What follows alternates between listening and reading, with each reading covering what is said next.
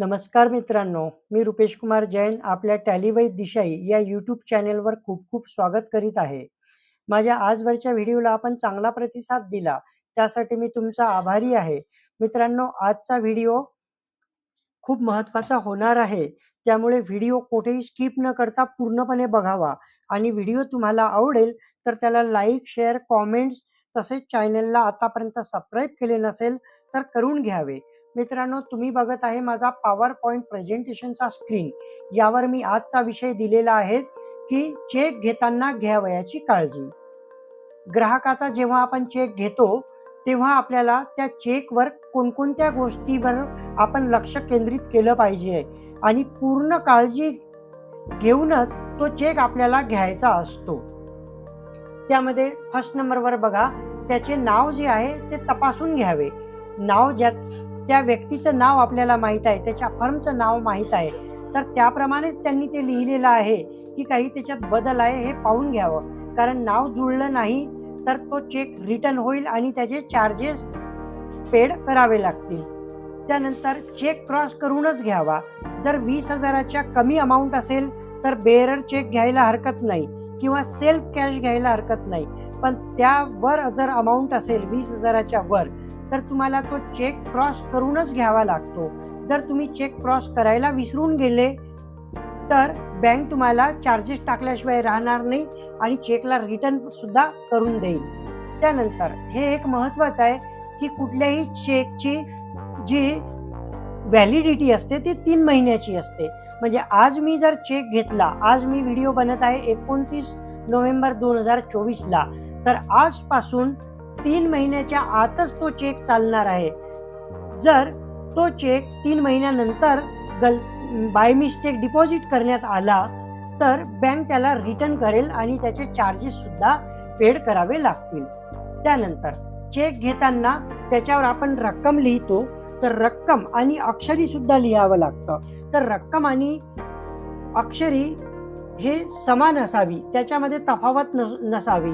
जर तफावत असेल तर मग अक्षर बरोबर आहे की रक्कम बरोबर आहे बँक हे समजू शकणार नाही आणि तुम्हाला चार्जेस डेबिट टाकेल.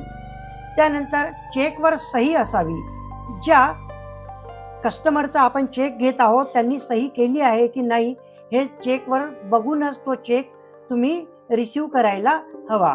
त्यानंतर चेक जर फर्मच्या नावाने असेल तर त्याच्यावर स्टॅम्प असणे बंधनकारक आहे. विदाऊट स्टॅम्प जर फक्त साईन असेल आणि स्टॅम्प नसेल आणि तो कंपनी फर्मच्या किंवा चेकच्या कंपनीच्या नावाने असेल तर स्टॅम्प मात्र अति आवश्यक आहे.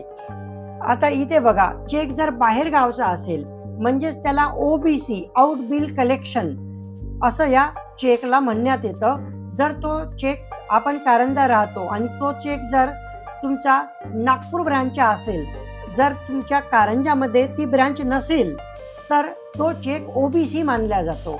अशा वेळेस चेक घेता वेळेसच तुम्ही OBC चार्जेस वसूल करून घ्यावे. हे चार्जेस हेवी बसतात मित्रांनो.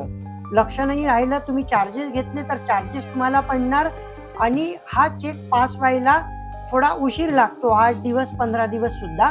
कारण एक पोस्टल प्रोसेस असते, ही पोस्टाच्या मार्फत चेक तुमचा त्या गावी पाठवला जातो ज्याचा त्याच्या चेकवर ॲड्रेस लिहिलेला आहे. अशा चेकला आपण OBC म्हणजे आउट बिल कलेक्शन असं म्हणतो. त्यानंतर जॉईंट अकाउंट असेल तर 2 सह्या आवश्यक आहे. जर पार्टीने बँकेला लिहून दिलं असेल की जॉईंट अकाउंट आहे पण सहीचा अधिकार हा एकाधिकार आहे तर काही हरकत नाही. मात्र जॉईंट अकाउंट असेल तर 2 सह्या असतात. त्यानंतर डिपॉझिट स्लिप म्हणजे पेइंग स्लिप भरते वेळी चेक नंबर आणि ब्रांच टाकणे खूप आवश्यक आहे. याच्यावर नावही व्यवस्थित असावं, जसं चेकवर लिहिलेलं आहे तसंच तारीख असावी. या सर्व गोष्टी तुम्हाला पाहून घ्यायच्या आहे.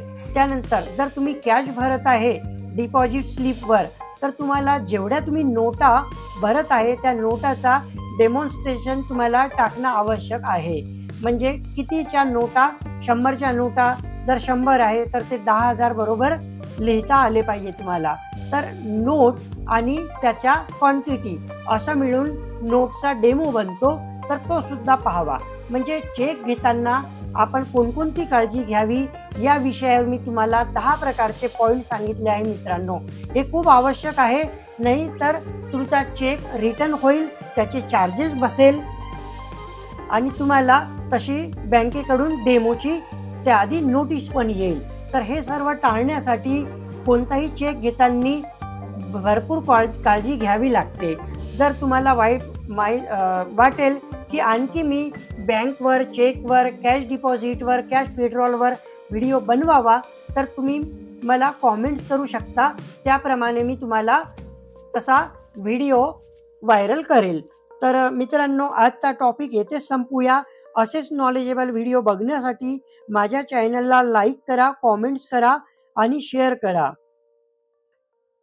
जय हिंद, वंदे मातरम.